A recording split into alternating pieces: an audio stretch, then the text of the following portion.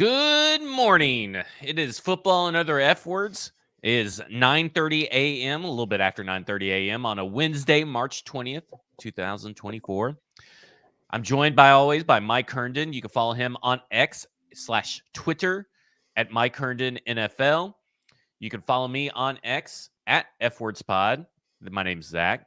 And we're brought to you by Bluegrass Beverages in Hendersonville, Tennessee. Go join their mailing list so you can get in on the exclusive NFL draft party that Sinkers/Bluegrass Beverages puts on for people. It's going to be pretty epic this year. I think we're going 2 nights in a row, which is going to be a little bit difficult, but I've already been preparing for everything. So mentally preparing my body for this 2-night event. I'm kind of like Rocky. I'm prepping for it. But you need to join the mailing list at Bluegrass Beverages in Hendersonville, Tennessee, and also go shop there. It's a really nice store. It's got a lot of unique stuff that you won't find anywhere else. That's the general reason to go to Bluegrass Beverages, because they have been around for 50 years and they know their shit when it comes to alcohol. Mike, what are you writing at paulkarski.com? I'm writing about how I'm the more popular half of this podcast by an 83-17 margin. And that's going to be my article this week. No, you're writing about the poll. You're that ridiculously invested in this poll. No, I had to bring it up somehow in the podcast. So I figured I'd just get it off right at the top here. About this bracket. Why wasn't I on the opposite side of the bracket? Like, we could have probably dominated and then had really good content for the final show where I would have had more time to plead my case for people to vote against you.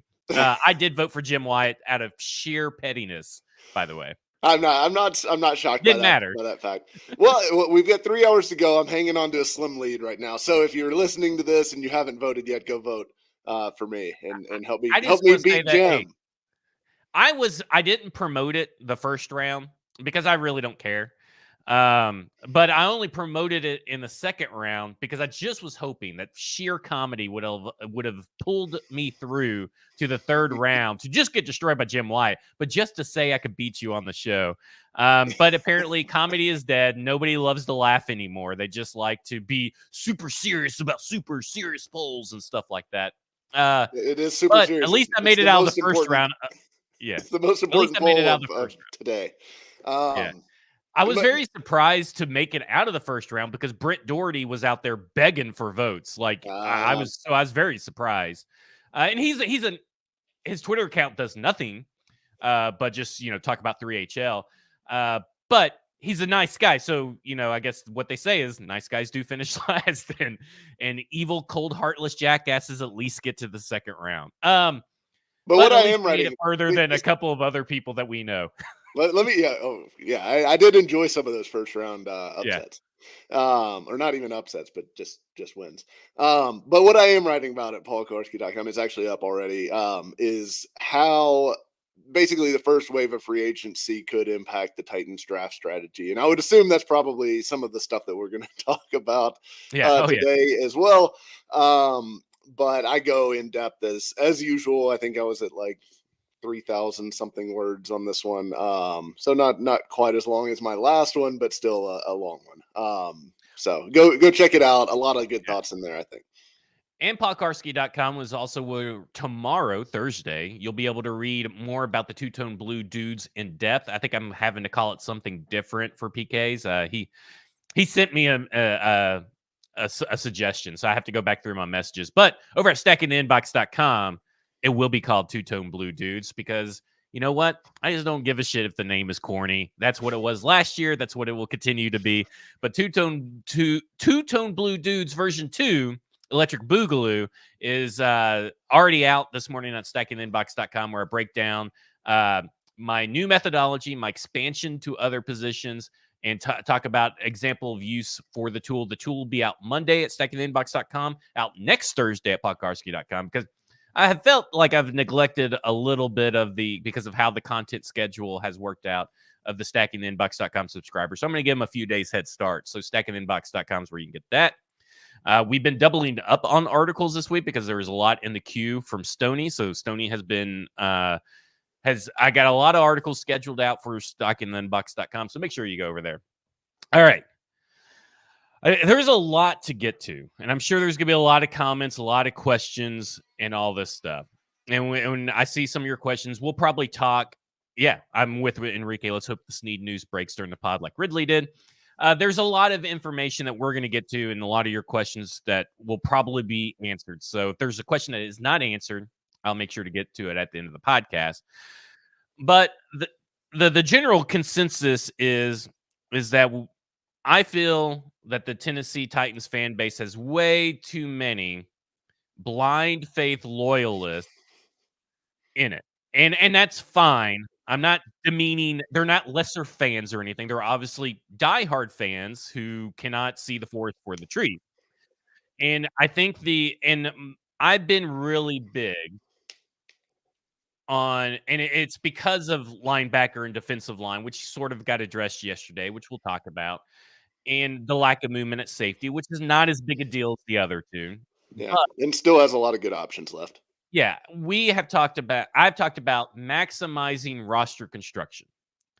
And this idea that is cemented in fans' heads because of their undying loyalty to a man that they've never met. And I'm a big Rand Carthon fan. You'll never find I don't think you'll find a bigger Rand Carthon fan that has also realistic outlook on the GM and the GM position as a whole. I love Rand Carthon.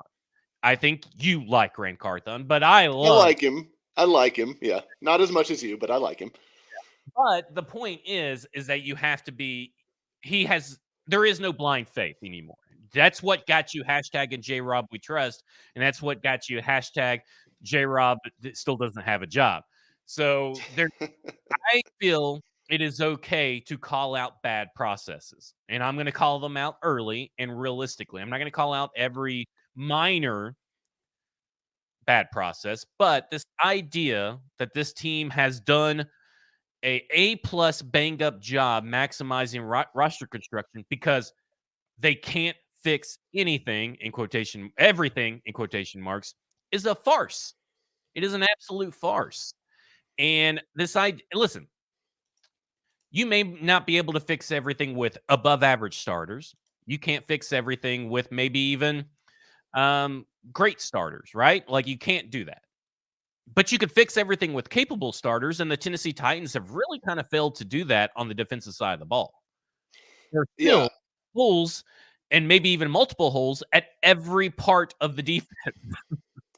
Yeah, and I had that, that's part of what I wrote about for Paul's site, and I posted I posted this on Twitter too, the basically the 2 deep depth chart for the Titans defense currently as it sits today.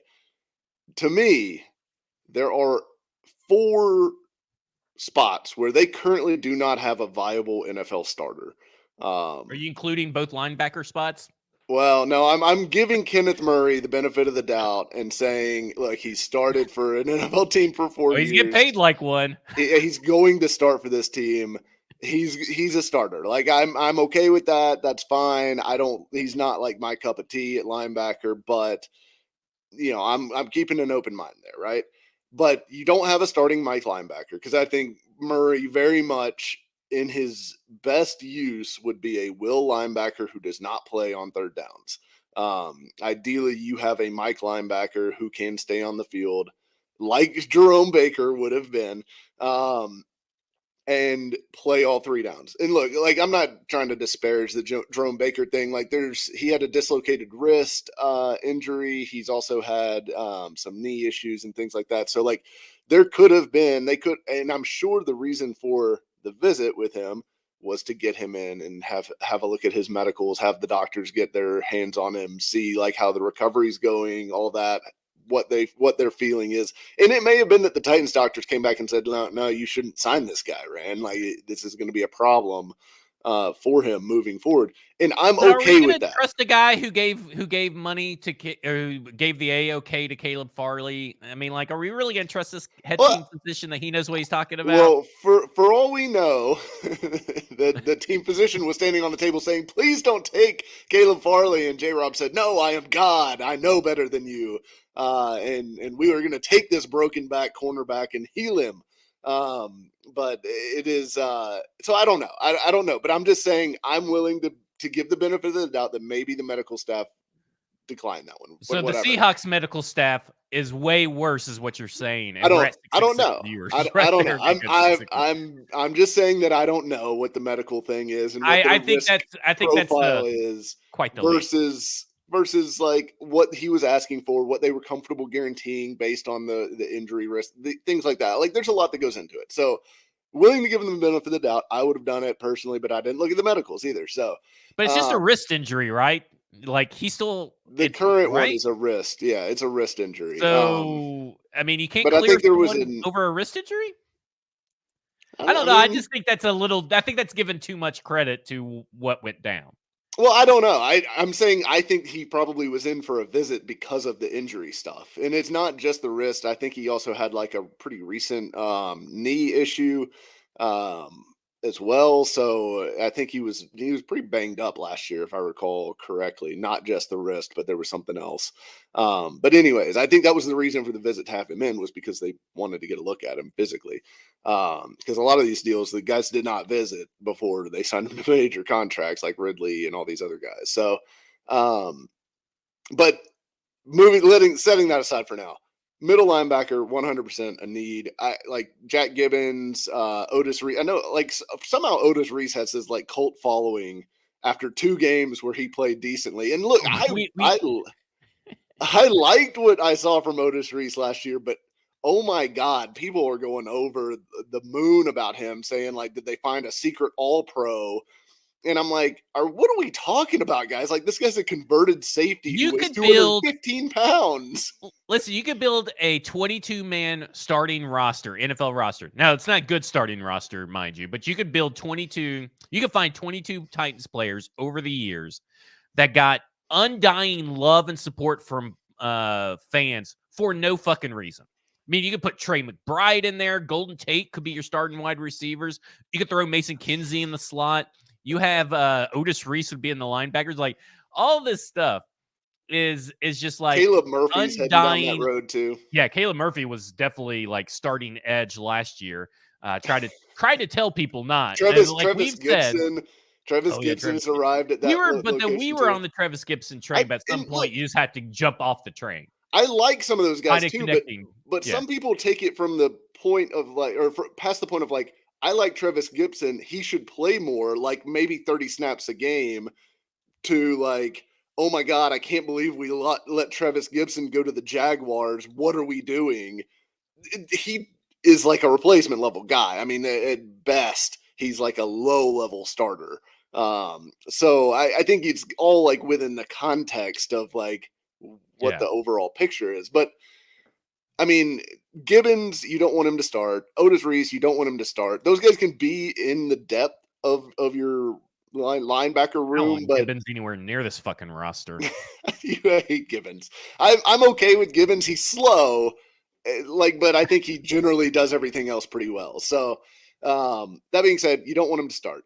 The same thing goes with corner. You know, you've got Roger McCreary and Awuzie, who are starters. Those are going to be starters for you.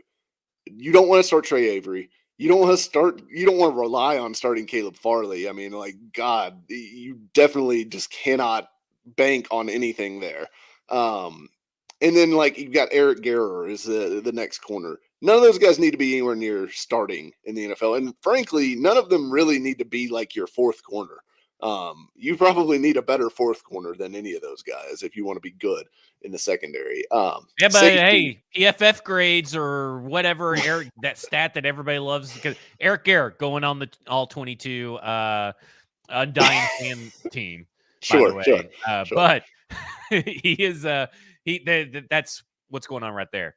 And again, safety, Elijah Molden, I think he's better as your third safety and like a guy Yeah. that can come in on nickel and dime kind of packages and things like that for you, and give you a different look. But you don't want him to be your every down starter next to And Amani safeties, Hooker. everybody talks about the devaluation of linebacker, but it's really just because you're devalued in pay doesn't mean you're devalued to the value of your team. Like Right. let me tell you something. You can't just plug in any linebacker. Do y'all not remember Jack Gibbons? It was just last year. How about Antonio fucking Andrews? I mean, like this idea, I think it's gone too far that Yeah. just any running back, any linebacker could come in and give you the same amount of stuff. Like if you really think that, then why were you even clinging to Derrick Henry as long as you were? So some of these fans were. Just get Antonio Andrews because anybody could do the running back position. There's a difference between being devalued in terms of salary and pay and being devalued to the value you bring to a team. And I think the San Francisco 49ers, the Baltimore Ravens, the Kansas City Chiefs have shown you multiple linebackers mean a lot for this team. And you want multiple linebackers. You want at least two linebackers that can give you 900 to 1,000 snaps. And it doesn't matter how you distribute them or anything, but you need that. Are you really comfortable, guys, with Kenneth Murray and Jack Gibbons being those two guys? And you could say, it's just merch. I mean, we blah, blah, blah, blah, blah. So people will get cut. Okay. Well, for those that may have not seen my long list, this is every player released / waived in June and July.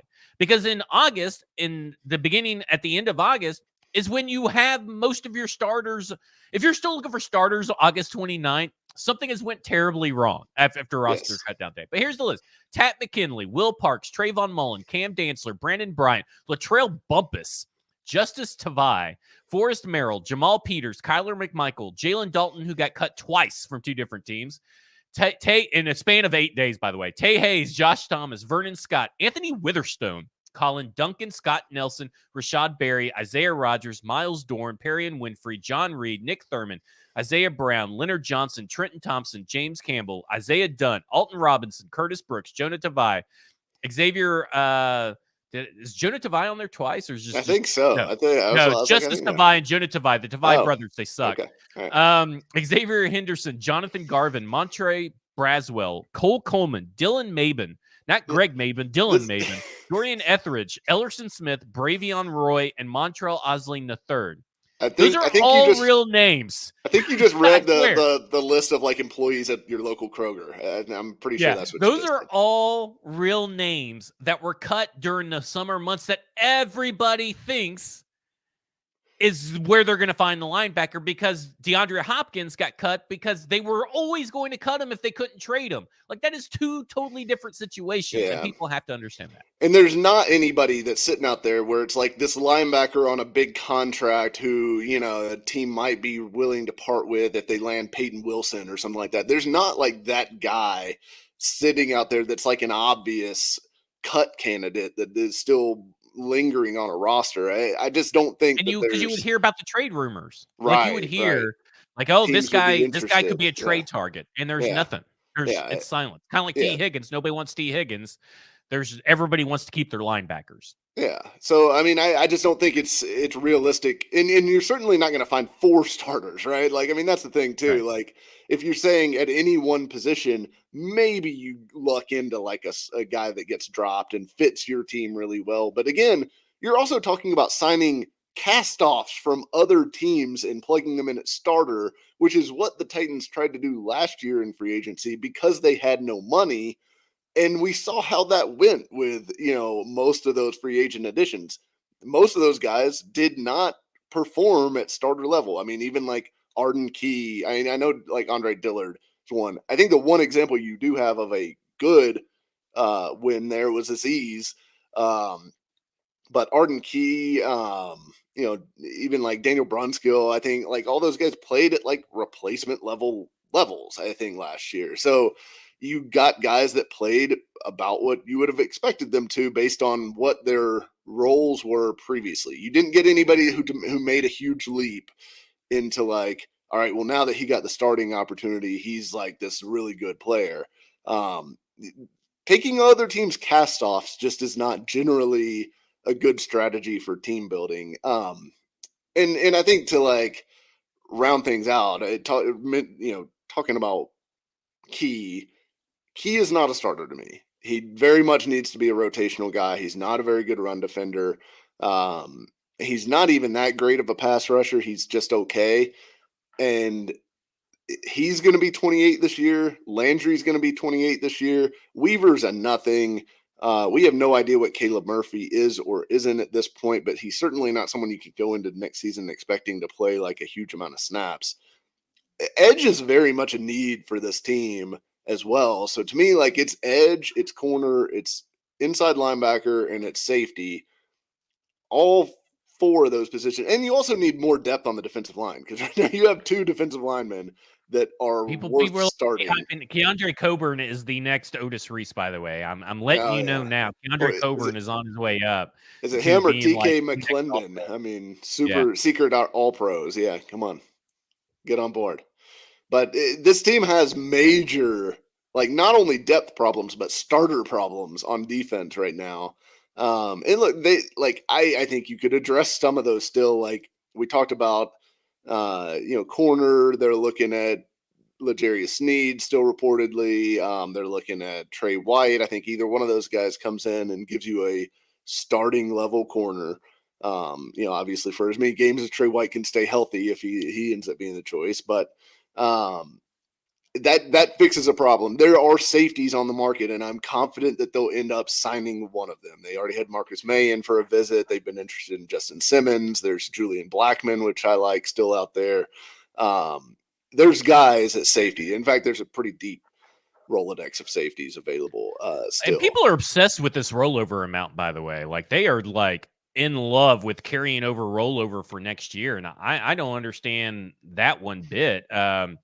I mean, most of the guys that you're seeing getting paid modest contracts now are either still are probably, if they play up to that contract, are going to have better contracts offers than what they did the previous year. Like people are very obsessed with the rollover, and I don't and listen, I want rollover, right? You don't want to go in with anything. I mean, they had $7 million in rollover last year, but you got to remember, you're not going to have 30 million, 36 million, or maybe even higher now. I have to go back and check, but you're not going to have all that dead money too, because they have 39.6 million in dead money. That's coming off, and you're going to gain cap space that way as well. You're not going to have that much cap space. But I don't understand this idea that the Titans are desperately clinging to rollover. If they were desperately clinging to that, they wouldn't be involved in the L'Jarius Sneed trade talks. And yeah, I don't know. I look at this free agency class next year. There's a lot of, there's a few QBs, maybe L'Jarius Sneed if they don't get an extension done for whatever reason. Your wide receivers next year look to be like Keenan Allen, Amari Cooper, Chris Godwin. Tre'Davious White, Xavier Howard, who are still available now, will probably be available next year. I mean, it's not really looking good to be a pretty good 2025 free agency class unless, Patrick Surtain, J.C. Horn, those guys end up hitting free agency, which they may likely not.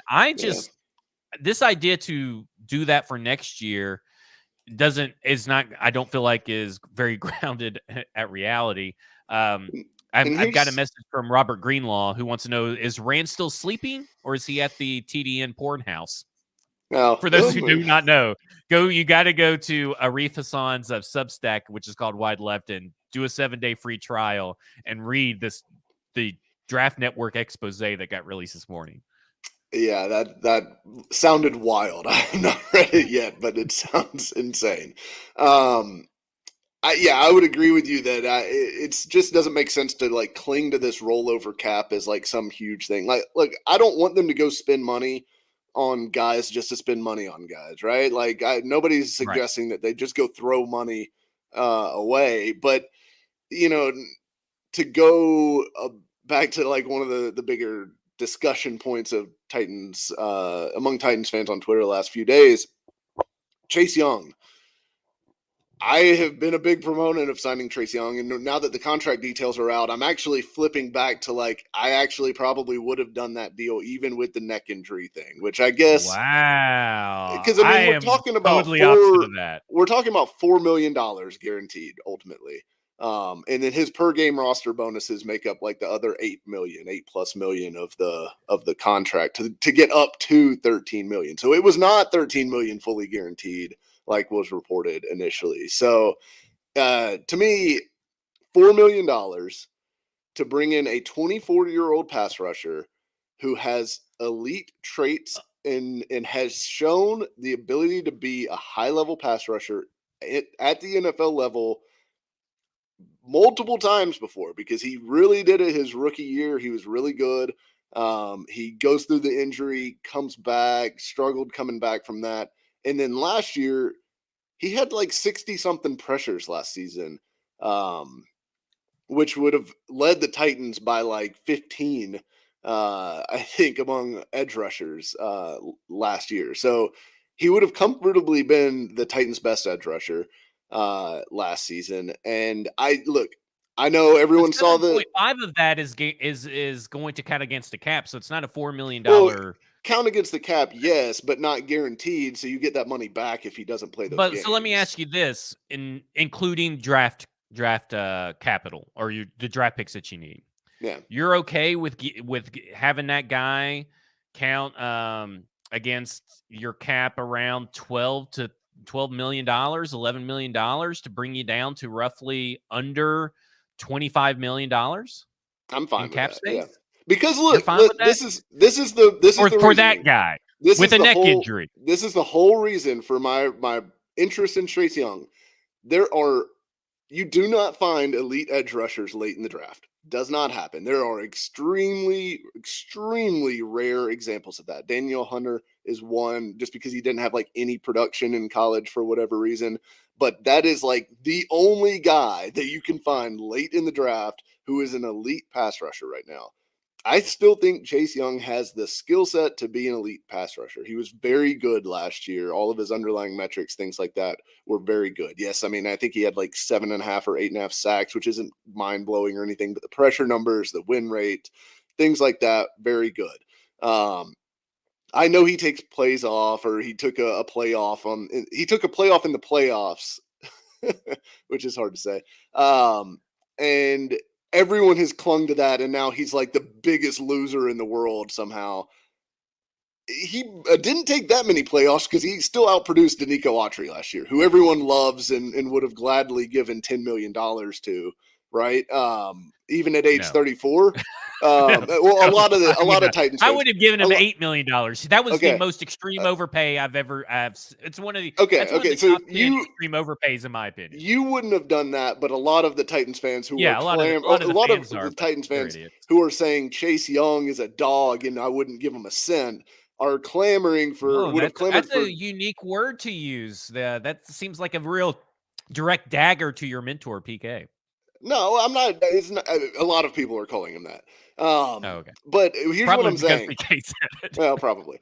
But anyways, everyone that's calling him that and saying would have like happily given to Danico Autry that. Well, Chase Young, even if he's taking plays off, outproduced Danico Autry last year. So like, I honestly, if you're still producing at a high level, yes, some players do take plays off. I think that actually happens way more than a lot of people give credit to. Chris Jones. I know somebody mentioned on Twitter this week, Chris Jones. I think it was Easton actually. Is known for taking some plays off here and there. You still pay him, and I'm not saying Chase Young is Chris Jones, but the point is that taking plays off isn't necessarily the mortal sin that everyone thinks it is. You can still be a really good player, and every now and then just take a play off. Just look at AD Mitchell over in Texas. He takes plays off all the time. He takes plays off sometimes, and that's fine. He still produced, and he was still a huge part of why Texas was really good last year. They wouldn't have been nearly as good without him. So, anyways, taking shots at my Texas boys. Just still salty that they came to Bama and beat you guys. But anyways, Chase Young. We're 1-1 in the series. Let's get back. Let's get back to Chase Young. 24 years old, has elite traits, high upside that he's already shown. at the NFL level. He's 24. If you get him in at, $4 million guaranteed with per game roster bonuses that take him up to the 13, whatever, and he's a bust. He can't get right from the neck.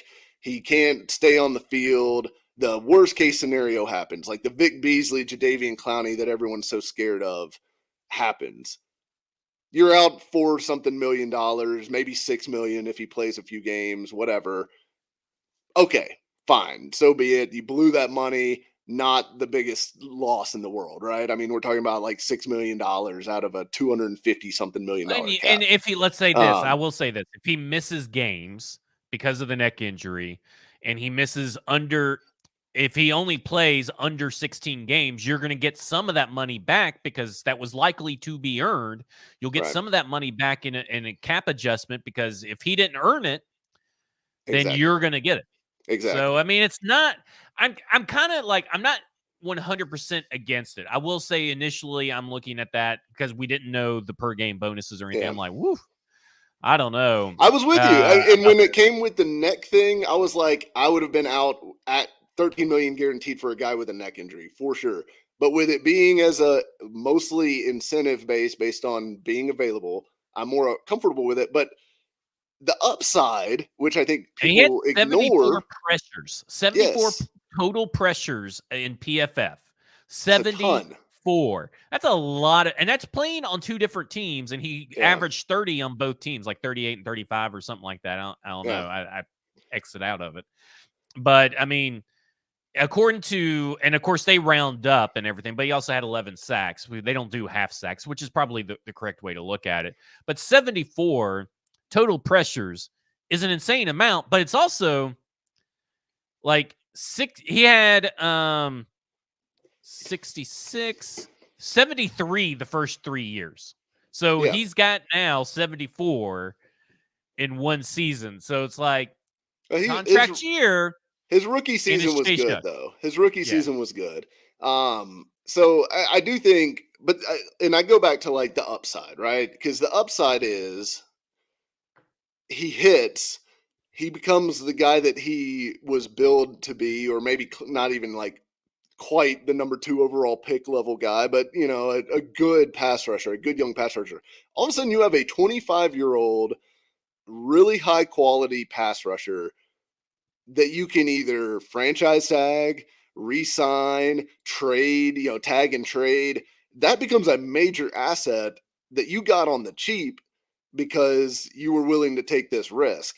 And I think the Titans are in a spot right now where they should be taking risks like that because, look, you only have so many draft picks. You're not going to find this elite edge rusher in free agency most of the time, like Danielle Hunter again. Doesn't Arden was a rarity because next year? He will probably leave next year because his out in his contract is after this year. So, they could keep him one more. Could possibly be the Arden Key replacement, right? Not only this year but next year as well. Exactly, and he gives you somebody that is like that's a spot where you don't have to use a first round pick anymore because you're not going to find, like I said, you're not going to find this like late round steal. Like it's extremely rare. That you're going to find a late round guy that turns into a stud pass rusher. That's one of the positions, like tackle, edge rusher, and quarterback are like just 3 positions where you just don't find high end guys late in the draft. They just get gobbled up early on, and that's the end of it. So you don't have to spend a first round pick on an edge rusher now, which frees up a first round pick for you to use on a cornerback or, another offensive tackle or another wide receiver to replace DeAndre Hopkins. Like it frees up a major asset that you no longer have to invest because you got Chase Young on the cheap. So that was my intrigue on Chase Young. I don't think he's like the greatest player in the world. I don't love that he's, apparently got some attitude issues, effort issues, stuff like that. There are problems with Chase Young. The injury risk is obviously a big problem too. But the upside is also real. And I just think this team is in a spot where they need so many pieces on defense and they don't have any young stars, right? Like there's just not any young stars on defense. I mean, Jeffrey Simmons isn't old, but he's not on his rookie contract, right? So you just need young guys in that defense that can be part of the next wave of this thing. And that was a good chance to me to grab one without having to invest the first round pick and everything that comes with that.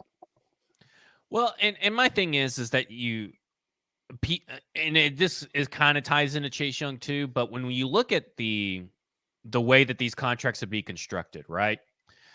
You look at a guy like Tyrell Dodson, who his cap hit is probably going to be what his 1-year contract is base for, which is $4.2 million. His contract cap hit has not come out yet, but let's say $4.2 million. DJ Reader was $5.3 million cap hit. Eric Armstead was $4.4 million cap hit. Like if you did Tyrell and Reader instead of what you paid out in cap hit to Kenneth Murray, you'd only be paying an extra $3.15 million more than you would lose $3.15 million off the current cap.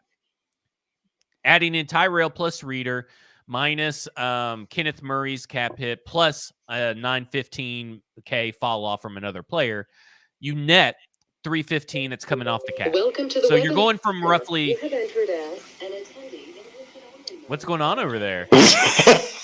Sorry, I had something pop up on my computer. So roughly right now with the salary cap, I should go back. Right now with the salary cap space, what I project Nick Folk, Sadiq Charles, Sebastian Day, and the draft class to get, you're roughly around $36 million, right? So if you sign Tyrell Dodson and DJ Reader, not only are you 10 times better than what you were, but it's only costing you $3.15 million off that $36 million. If you were Tyrell or Eric Armstead, it's only costing you an extra $2.27 million off of that $36 million. So it's not like this idea that you can't fix everything or you have to fix the offense and you can't fix the defense and the offense at the same time. So it's a ridiculous excuse making. It's not grounded in reality. It's grounded in conjecture and just your way out there. Because really, when you start looking at the cap hits and stuff, here's the thing. And this is what I'll say about Rand Carthon. And I'm going to tie it into the car business where I have cut my chops for about from 2003 on, and I've been raised in the car business. And because people ask me this in the Substack chat about free agency. And when you have someone that is, because someone asked, well, do you think they negotiated with Chase Young before he came in for the article or for the meeting? Because he never made it to the meeting. And I said, if they did, that'd be really silly because you should not negotiate over the phone. Because what we did at the dealership was we never wanted to, we tried our best without pissing off the customer. We tried our best to never give details over the phone, whether that's trade value, sell price, whatever. And the reason being is because it's much easier to close someone that is in front of you than giving them the information, let them go shopping. Right? So if they did that, that is bad general managing, in my opinion. On the flip side, with someone like Jerome Baker, you never, if you have a customer that's in your dealership, you never want that customer to leave within reason. And they let him leave. And he goes to sign somewhere else because he took your offer and got more money somewhere else at a team that needed linebackers just as bad as you. Again, that is bad general managing because listen, at the end of the day, players are going to go wherever they get paid the most. And to me, you have to make sure that if you really want someone, you can't let them leave. And it feels like a lot of people have left and not signed. So I think that is a real cause for concern. We don't know everything that goes into it, like you said, but I think that it's better to call that out and recognize it now than blindly think that everything is all hunky-dory and then it never happens, right? Like it keeps continuing. It keeps escalating and snowballing. So it's better to call that out, and that's all we're doing. Yeah. We're not hating on Rand, but we are calling out realistic issues that could become even bigger issues as the years go on. And Team Ramrod says, seems like DJ Reader wanted to go to Detroit. It's kind of on Rand Carthon to sell. Don't sign at Detroit. Come here at Nashville. You won't regret it. Yeah. And look, I mean, I think there's certain things that are like, I mean, that may be a tough one to sell against because look, the Lions were in the NFC Championship game. They are almost universally viewed as a team on the rise. That defense has been good. They still got Aaron Glenn, who's a highly respected defensive coordinator at this point. So, like, I think there's some stuff where it's like, all right, you just don't have the cards to get it done, even if the money's the same or the money's even a little bit better. Sometimes you're just not going to have the cards to play. So I think something like that, I'm not terribly alarmed by. The Jerome Baker thing's a little different because he did come here and then left and then went to Seattle and took a deal that I thought was very reasonable. I mean, we don't know. Like, I mean, even like Andrews Pete came in, left, did not get a deal. Marcus May came in, left, did not get a deal. So, like, I don't know if the Titans are saying no, if the players are saying no in these cases. But I'd be very interested to know like how some of that stuff has gone down, because I think that some of those. I mean, look, I'm not dying for Andrews Speed or anything like that, but some of those guys, like, yeah, I'm very interested to know like why that didn't work out. And most of the time I would believe, given the amount of back channeling that happens in the NFL and the amount of stuff that happens, just conversations between agents and GMs, I would imagine that a ballpark range for dollars has been discussed before a visit is scheduled. Like, they're not going to come in if the Titans are saying, well, we're going to give you a 1 year, $3 million deal, Mr. Baker. He's probably not getting on a plane and coming to Nashville. But I mean, like you said, I don't think they're like negotiating over the phone most likely, but I think there's probably been a loose framework of like, this is about where we see the deal coming in. Is that what you're expecting? That kind of thing. I'm almost certain that that's happening before these visits happen. The I want to kind of talk about, there's a lot of stuff I still want to get to, including L'Jarius Sneed, including blue chips, trade downs, and maximize the roster construction in the draft and all that. But I want to ask you just a quick observation, something that's popped in my head recently, and it's about regard to Nico Autry. Obviously, he was extremely overpaid, and it sounds like the Texans are sliding him in as a defensive tackle. Okay. So that's the reason why this kind of this all ties together that way, because we have talked about how he plays more of a hybrid role. Like, he's a hybrid defender. Yeah.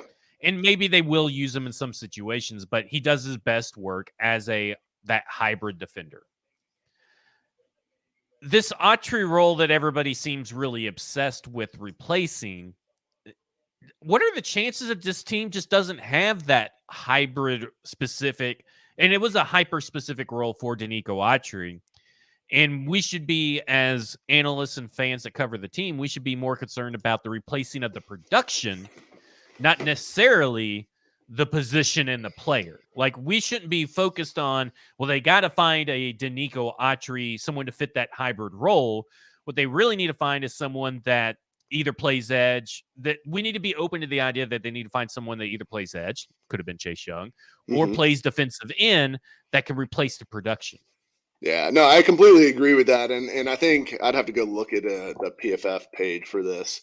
But I know last year Autry spent the vast majority of his snaps outside at edge, and as has been reported, he worked in the outside linebackers room all of last year, and I think that transition started to happen in 2022.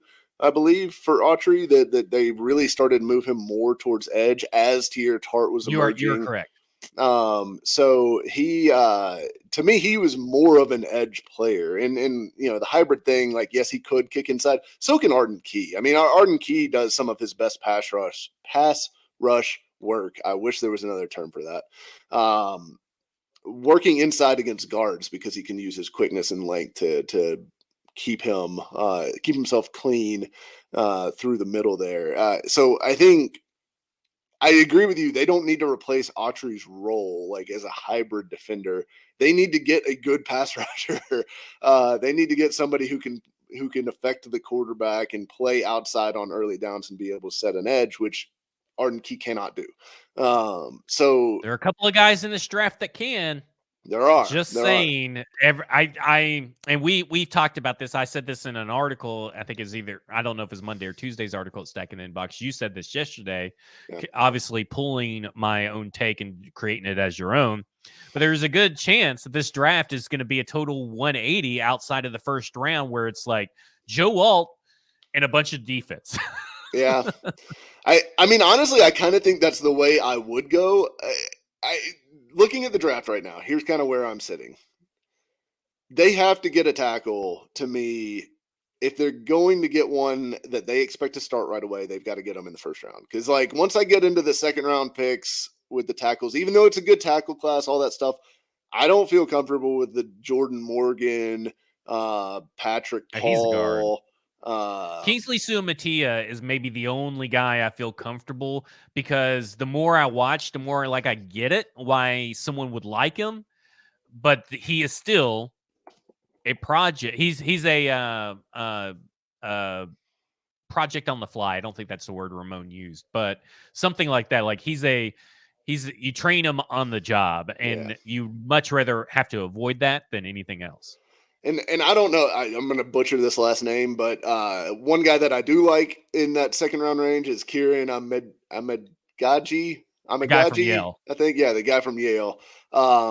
Like super physically skilled, obviously competition level and stuff like that. But I do think he's probably more of a project guy as well. But like those are the kind of guys that are going to be in that second round range.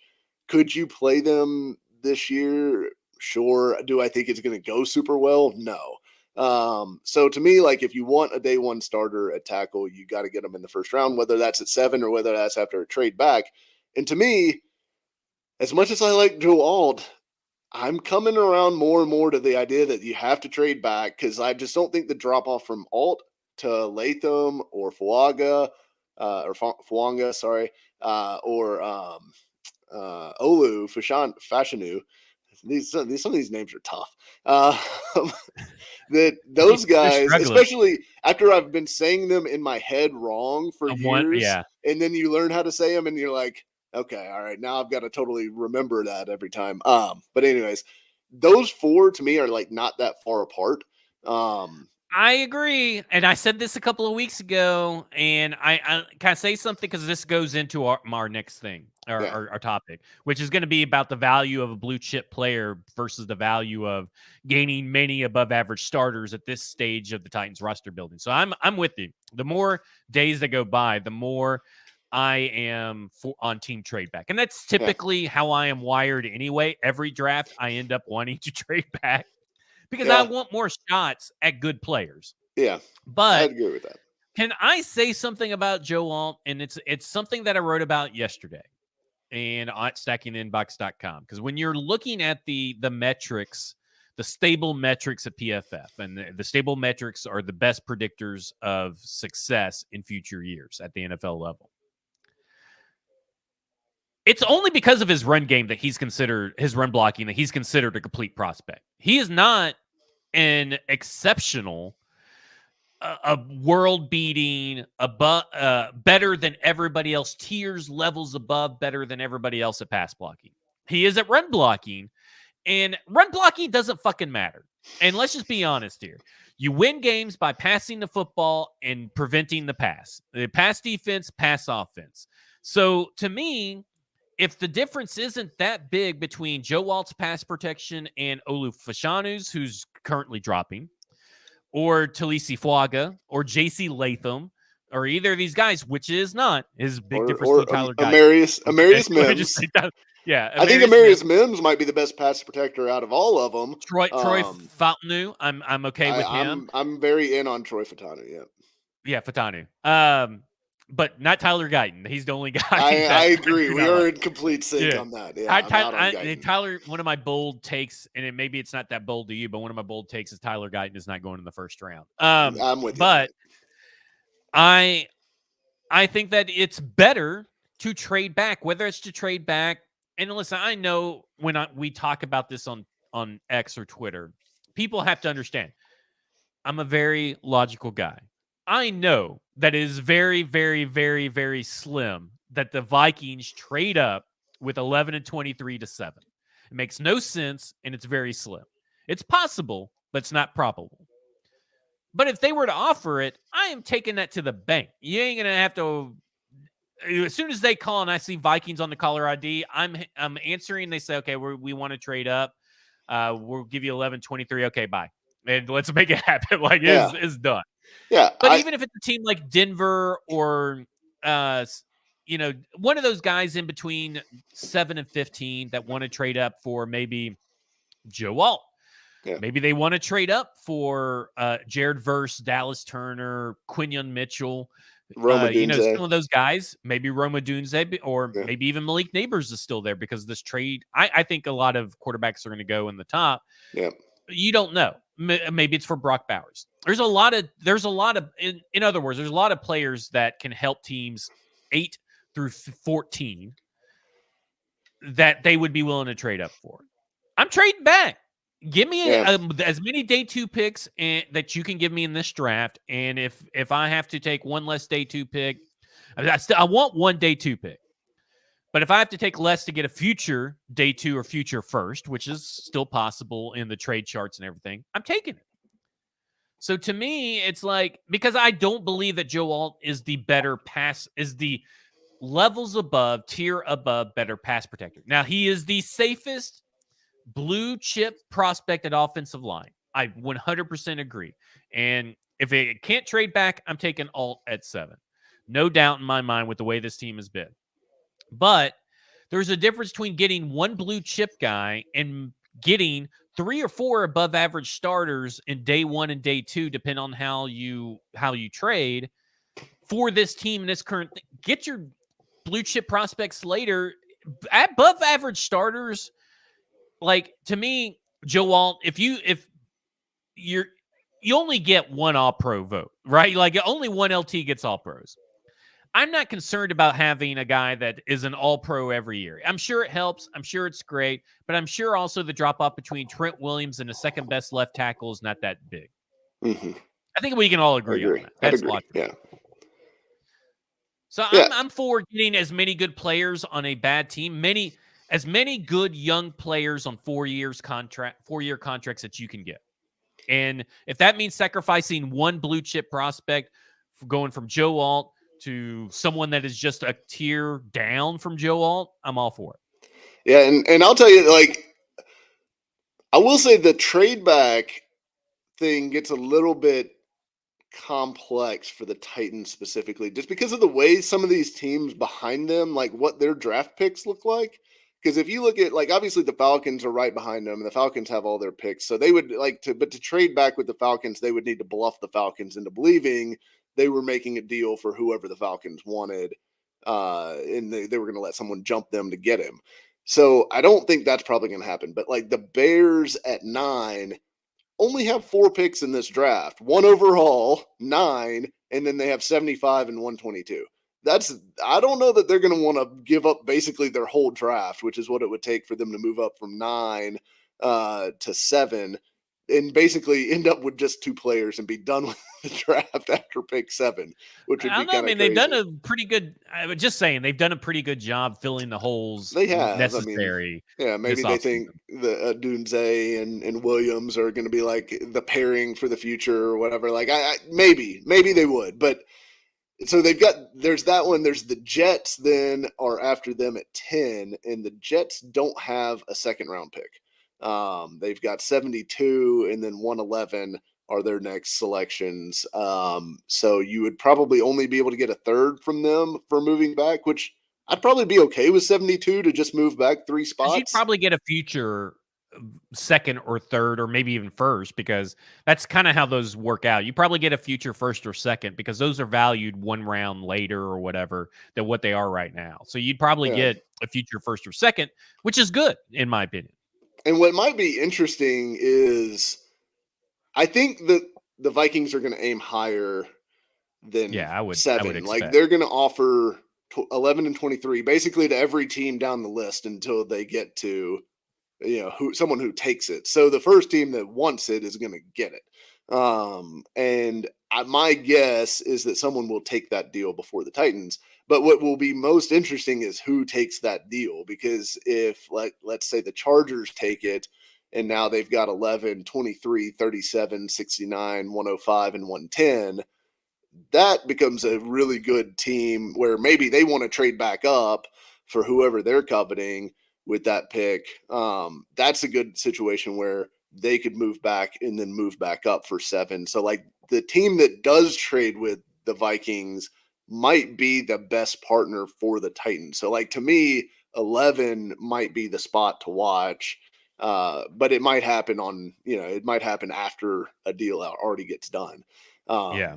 So, but I do agree, like, because I've come around more and more. Like, I really am liking the idea of, like, Chris Braswell at 38, like at the top of the second round. I think getting a high, like a very toolsy edge rusher who's shown good production coming from a premier program at 38, I think that would be a nice pick. They could certainly they could use a corner, a premier defensive tackle like a Braden Fisk or a Chris Jenkins. I've become a Well, very you could big also do a Chris Darius Jenkins fan. Robinson. You know, he Yeah, plays and he'd kind be of. that We just talked Autry, about not having a Danico Autry role. But that is a guy that can do yeah, both things. He can put his he hand would in be the dirt very and he can much rush faster from an outside. Autry clone. Yeah. So I do think we've talked about wide receiver and tackle in some order for this entire draft process. And I think that's where Ridley has changed my thinking a little bit, is that, Yeah. look, Ridley is under contract for 4 years. He's going to be here for at least 2 years. Bottom line, no doubt about it. And likely he'll be here for 3. So that does change my mind. Like, I think people get ridiculous with some of the stuff where, like, oh, well, if they sign Trey White, that means they don't need a corner anymore. No, No. no, Hell it no. does They not mean desperately that. need a corner. It means that they have Trey White for 1 year, so they have time to get a corner up to speed, and then, like, that guy can play next year. They still need a corner right now. They just don't need him to play right now necessarily. So people get obsessed with these, like, they say these 1-year contracts are affecting the draft. A 1-year contract should never, ever, ever, ever, ever, ever, ever affect your draft strategy, because you are not drafting for 2024. You're drafting for 2024 through 2027, the length of a rookie contract. So they have to look at the big picture in the draft, not just the 2024 immediate need. So, like, I think people get ridiculous with that stuff, but Calvin Ridley is one that I do think affects draft strategy, because he will be here. He gives them a viable receiver, because they had no viable receivers past DeAndre Hopkins' end of his contract this year. Before, now they have one who they know is going to be good, a quality receiver. They still need a receiver, in my opinion, but it doesn't necessarily have to be at 7 or 38. Taj Washington Pro Day today. I am all in, jump on the table and scream for Javon Baker I love anytime me on some day Javon 2. Baker, by the way. Anytime on day 2, 100% in on him. So my thing is that, like, the Titans have provided themselves a lot of flexibility on offense. The problem being is that all that flexibility is going to have to be used on the defense. Yeah. I mean, that's what I feel like right now. And, Yeah. and I don't see a way to do that without extra day 2 picks to be able to maybe attack both. You can't take a Ricky Pearsall in round 2 that you may really like. Yeah. And because really then like you're him. waiting till round 4 to draft a linebacker or a defensive lineman. tackle, And the post recently has shown that your premier defensive tackles were all taken in the first round except for one. One was taken in the second round. That is Justin Mabaduke. Yeah. And so, like, to me, it's really hard. Like, Tavondre Sweat could be that Justin Mabaduke guy. Like, I'm not as sold as Leonard Taylor as some people. I see Chef Rand says Leonard Taylor is a beast. Some of the stable metrics and some of the stuff I've seen on tape kind of scare me away from Leonard Taylor. I do like Chris Jenkins. I like that he would be paired up with, or Brandon Fisk. I like both those guys to be paired up with him. But I really like the idea of Tavondre Sweat, just this big mountain of a man next to Jeffrey Simmons, just makes me so delighted. I mean, it really does. It would be great. But 38 could possibly be a reach. I don't think it really is. I think people are like, I think mock drafts are too low on Tavondre Sweat. I also think they're too low on Kool-Aid McKinstry. I think everybody has done now a 180. Like, I think they were too high to begin with, and now everybody's course corrected and they're too low.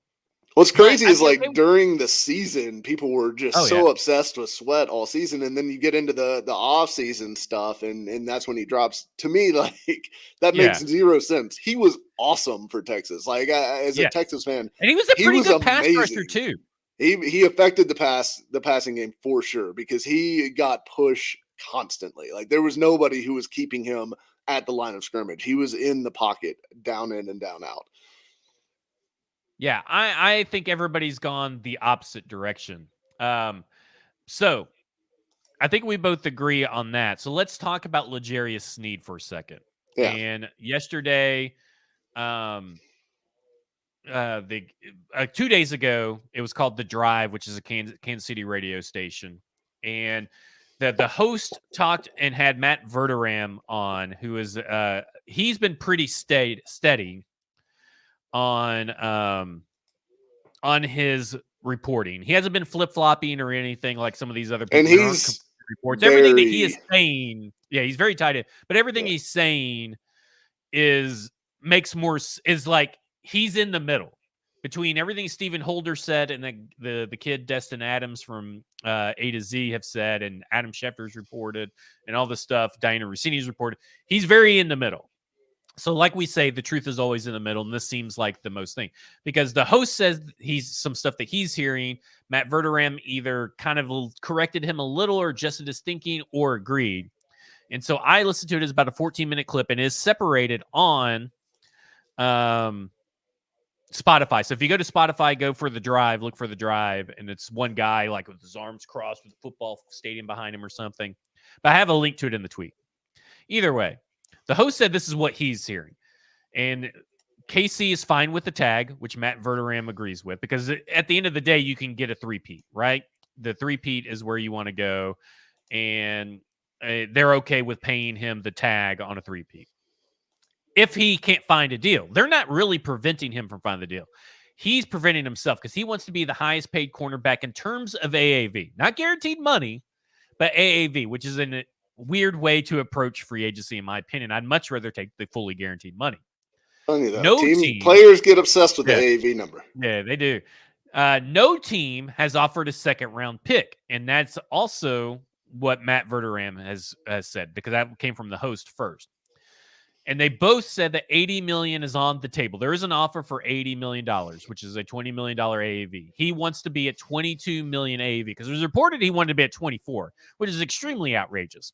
But he wants to be at 22, which puts him above the AAV for Jair Alexander, who is $21 million. Yeah. Okay. The host thinks that KC has to weigh a compensatory pick KC could get next year, but that's a 2026 compensatory pick. And the NFL only gave out 3 third-round compensatory picks for players this year. So likely you would get a 4th or a 5th. Okay, so that's something to keep in mind, a 4th or a 5th in 2026 in these negotiations and trade compensation, because it doesn't sound like KC's holding up the deal according to these two guys. If he wants to leave KC, Sneed's asking price has to change. And he confirms that right now he won't sign at $80 million. It's very, very likely, though, he won't get offered an extension by the Chiefs. And it's very unlikely Tennessee wants to trade 238 or anything like that. They're not going to trade 238, it sounds like. So that's good. He agrees with the comp pick, but says that you would just rather have one more year of Sneed and get a three-peat instead of just letting them, worrying about the compensatory pick. And ultimately, he lands close to that it's 50-50 he's traded, which is down from 80-20 from a week ago. But something that I did not say, because I wanted to save for the podcast, was that the Tennessee Titans are bringing in Tre'Davious White, and they said that if Sneed doesn't hurry up and make his mind up about taking the deals that's on the table, other teams are going to move on and bring in and sign cornerbacks, and specifically the Colts and the Titans, and he's going to be stuck playing on the tag with no guarantee of a future contract. So I get that it's kind of laughable to think that, the Titans are bringing in Tre'Davious White as a bargaining chip in this negotiation, but it is feasible that L'Jarius Sneed's side sees that and they kind of him and their agent, because it's a couple of days away, if I'm not mistaken. I don't think it's today. I think it's like Friday or it's something. this week is what it was this reported. week. Yeah, But it's feasible to think that the L'Jarius Sneed's camp will look at that and say, listen, his agent's like, this is your best deal on the table. No one else is coming to it. Kansas City's willing to take it and facilitate this trade. You may want to do this, or this number is going to keep going down, which is very likely. Yeah, and because you said the Colts have walked away at this point, right? Mhm. That they said Yeah. they're no longer interested. They're moving on. Tennessee's the only team that is currently in it. Yeah, Is currently still with an offer on the table. The Which, Colts are to not in me- it whatsoever. And then Robert Stainbrook, I think is his name, or maybe Brad Stainbrook. Brad Stainbrook. Yeah. He said last night the same, essentially echoing this thing. And Brad's reporting has been very consistent. Yeah. It hasn't flip-flopped. And from right now, he said the same thing where, let me see if I can find it real quick. Tennessee Titans and Sneed have talked over the past 24 hours. This was last night. Per source, wouldn't call that possibility dead yet. So this lines up with this thing from March 12th. The Tennessee Titans have emerged with serious interest in signing cornerback L'Jarius Sneed. Talks will continue, but Tennessee is very interested. So this lines up with everything that these two guys have said. So you can surmise, this is not what they said, but you can surmise and dot connect. If no second round offer has been offered to the Saints or to the Chiefs, that you can technically say, then maybe it's a second next year or a third next year in 2025, which is better than trying to get a compensatory pick for a fourth or a fifth in 2026. Because that also requires them to not sign other free agents next year that would cancel that out. Yeah. So at the end of the day, this seems like very legitimate reporting from several different sources that all make sense within the context of what we're hearing from the Colts side of things as well. Yeah, I agree. So where are you at on a $20 million AAV contract? Because that could be anywhere from $8 million to $13 million in cap hit for 2022, or 2024, which is all that really matters. It just depends on how they construct it.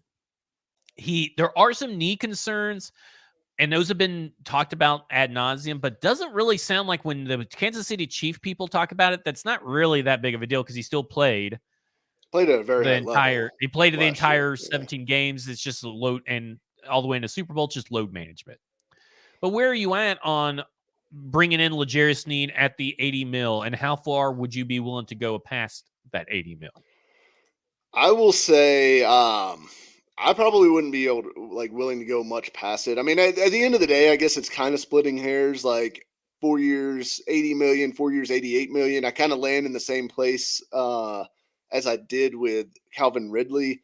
It's like, okay, if he comes in and is the guy that you think he is, are you really going to care that he's signed at 88 million versus 80? Like, are the $2 million a year going to make that big of a difference to you?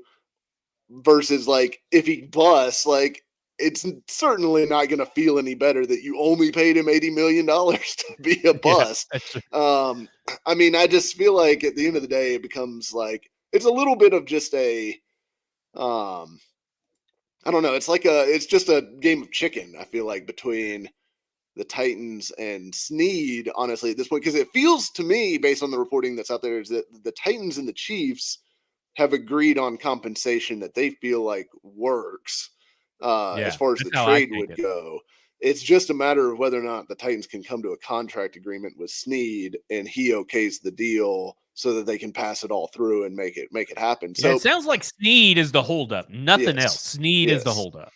And I saw somebody was in my mentions yesterday when I mentioned something about Sneed saying, oh, I can't believe they would consider trading for him and giving him this big contract when all he did was have one good playoff run. And I'm like, dude, have you not been paying attention at all? Like, that's insane. Like, L'Jarius Sneed has been legitimately good for several years now, especially the last 2 years. He's been excellent. For the Chiefs. Do you know if it was Clever Kelver? It might have been. That sounds. He was familiar. in my mentions saying the same thing, citing PFF grades that he's not a top corner because PFF grades. Here's one thing with PFF grades for people listening, because I want people to know this. cornerbacks are only graded on passes that are thrown into their coverage on PFF. They are not graded on any of the other snaps. So L'Jarius Sneed can be over there locking down his man, knocking Tyreek Hill to the ground, like that clip that circulated around in the playoffs, putting him on his ass. He gets no grade for that play. He doesn't get a +2. He doesn't get anything. He gets no grade for that play. He only gets graded on plays that are thrown into his coverage, which means there's massive selection bias in PFF grades for cornerbacks. I almost completely ignore their grades. Now, the coverage statistics I think are interesting because not only can I look at what they do when they're targeted, like how many, what completion percentage they allow, how many touchdowns they've given up, their yards per attempt, all that stuff that I can go in and break down. But I can also look at how often they're targeted per snap, which tells me a lot because obviously if you're being targeted a lot per snap, you're letting guys get open, right? So to me, PFF grades do not come to me with cornerback PFF grades. I'm totally out on them. Don't give a shit at all about PFF corner grades. They are a minute data point in the overall picture of a player's value. So to me, Sneed is a premier corner. I love the way he plays football. Like he does it all. Like he is physical. He can stick in coverage. He can run with guys down the field, and he will step up and knock you in the mouth in run support. Like he is the kind of guy you do want to build around. To me, Denard Wilson talks about dogs. Disciplined assholes with grit. That is L'Jarius Sneed to a T. So to me, L'Jarius Sneed is a perfect fit. If you can get him for 2025 third, I feel a lot more comfortable with it because I do feel like you can make up That's that pick. Yeah, it's a steal. Now you have to give him the big contract. I hate not having a 3rd round pick, but again, you hate not having the 3rd. But you can make that up. Like you could trade back again next year and make that up. I do think you can do that. So and you could also trade like maybe a player or something like that to get another pick if you really are desperate for it. Trade Treylon Burks. Treylon Burks, yeah. I will say like the idea of trading Treylon Burks and just signing Tyler Boyd as like a 1-year stopgap in that slot spot to me makes a ton of sense, but we'll see what happens. Or Corey Davis, so he can come home and live in his house here in Nashville. No, I'm totally in on the Jerry Sneed for a 2025 third, and really kind of like if they gave him 4 years, $88 million, would it be an overpay? Yes, it would be an overpay. He's not the best corner in the entire NFL. Do I care that it's an overpay? No, I do not care that it's an overpay. It's the exact same thing with Calvin Ridley. It's an overpay. I understand why it's an overpay. It's an overpay until Derek Stingley, Sauce Gardner, and all these guys get there. Like to me, Danico Autry is an overpay because I mean it's $10 million for a 34-year-old guy that you're going to play out of position, right? Like that's $10 million a year. To me, that's an overpay. I think you could say it's an overpay for Darnell Mooney. Like there are certain times you can say that it's an overpay for certain players. For a guy like L'Jarius Sneed that's going to have top of the end market money and then eventually not have top of the end market money, it's like Calvin Ridley. It's like when Ryan Tannehill signed his deal. We told everybody it wouldn't be an overpay. It looked like an overpay because John Robinson restructured everything, but that was a modest quarterback deal, especially when you're looking at the quarterback deals that are going on now. Like that's kind of how you got to look at it on these. When you're giving an initial top of the market deal in 1 year, it's not going to be an overpay. Like, oh yeah, Jerry Jeudy's payday was unbelievably an overpay. Deshaun Watson, overpay.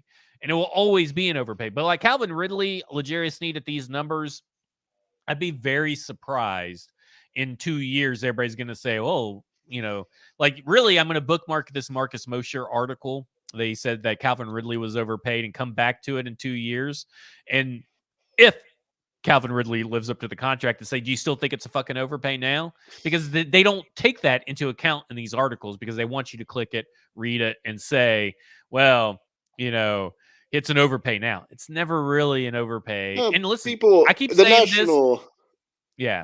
I say this. Calvin Ridley will likely still not be an overpay by the time the season starts. Like, I think there will be several extensions to get done over the summer, including Brandon Ayuk, that will get done over the summer and will make this look better in comparison. I agree with that. And also, they also said Derrick Henry was an overpay back in, what was it, 2019, whenever they signed him Yeah. to that contract extension. And then the Titans, went and won Hey, back I division got titles and yeah. went 23-10 over the next 33 regular season games, got the 1 seed in 2021. I mean, like, same with Ryan Tannehill too. Like, I know people have mixed feelings about Tannehill, but Tannehill, the contract, we defended it at the time. The contract was perfectly fine for what they got out of Tannehill those first 2 years, which were the guaranteed years, anyways. The fact that they hung on to him longer than that is really on John Robinson more than anything. But it's, what they got out of him was perfectly fine for the contract that they gave him.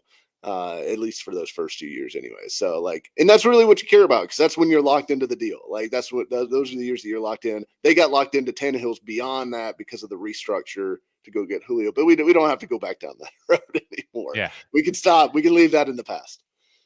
Okay. I got you something. This is what we're going to end the show on, because Right. I'm very interested in 3 wide receivers on day 3. And Okay. I like Malik Washington, Okay. Javon Baker, Taj Washington. I also like, you could throw Jacob Cowie and Jamari Thrash in there. But I got you a pro Javon Baker tweet here that I just found. And I don't know if you've seen it yet, but I'll retweet it for you. And you can retweet it and talk about how, I love Javon Baker. Nobody else loves Javon Baker as much as me. Puka Nakua's final college season. I've 3 already seen plus. this. Yeah.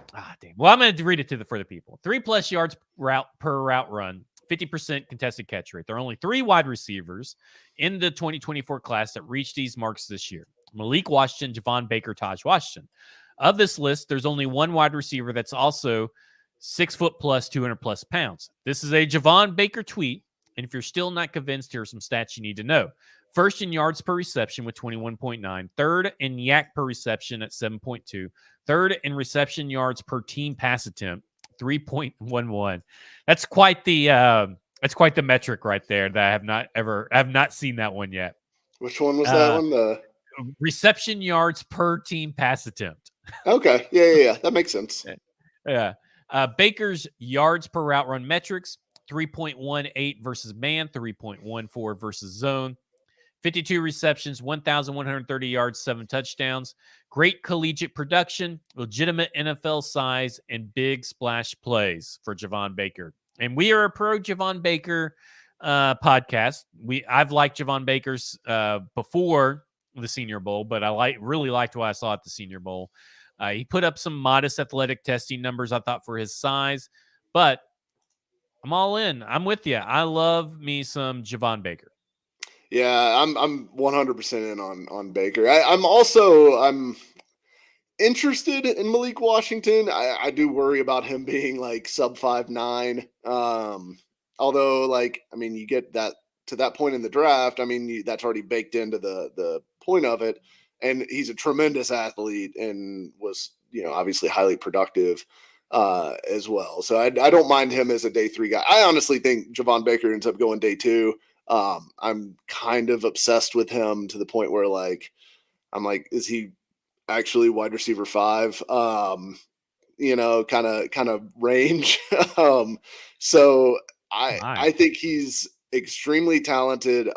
He didn't run that fast. He's not that big, so, like, he doesn't have like that stick in the or like that flag in the, like, size, weight, speed profile where you go like, oh yeah, that's a really big guy, or oh yeah, that's a really fast guy. Like, so he's just kind of like average build, average speed, but like the tape is amazing. Like, he's like one of the best contested catch guys in the class. He's one of the best route runners in the class. He's a former 5-star recruit. I know he's, out of Central Florida, which some people will kind of roll their eyes at a little bit, but Alabama recruited him as a 5-star wide receiver coming in. He ends up transferring out because he wanted to get on the field and was behind all the other 5-star Alabama wide receivers. So he goes to UCF and just like completely balls out there, despite, some quarterback issues that they had. I mean, John Reese Plumlee was constantly hurt over the last couple of years. Javon Baker still produced. I think this guy's a stud. I think he's a future, like, wide receiver 1 potentially.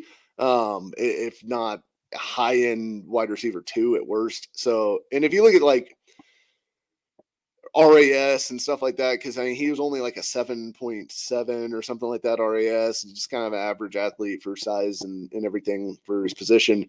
But you look at like guys like Devontae Adams, DeAndre Hopkins, even like Stephon Diggs, and like those kind of guys, their RAS, their size, weight, speed profiles, none of them were, unique or interesting in any sort of way. They were just kind of average guys, but they were dogs at wide receiver. And I think Javon Baker falls into that category. He may not be as good of a prospect as like Adams or Hopkins were coming out, but I think he's not that far off either. So I'm a huge Javon Baker fan. I need it for the two-tone blue dude stuff, because if you don't get points if you don't run certain athletic drills. So I need to see his 3-cone and his short shuttle so I can move him up the ranks. Like, I need all the data I can get so I can try to move him up the ranks of the two-tone blue dudes thing. He's still relatively good and everything, obviously, because I mean, obviously stats matter more than that. And it's not about predicting success. It's about predicting maybe what the Tennessee Titans are going to look at. But I need that pro day to come. I need to see how far I can move him up the board here. Yeah, he's pretty far up the board for me already. Yeah.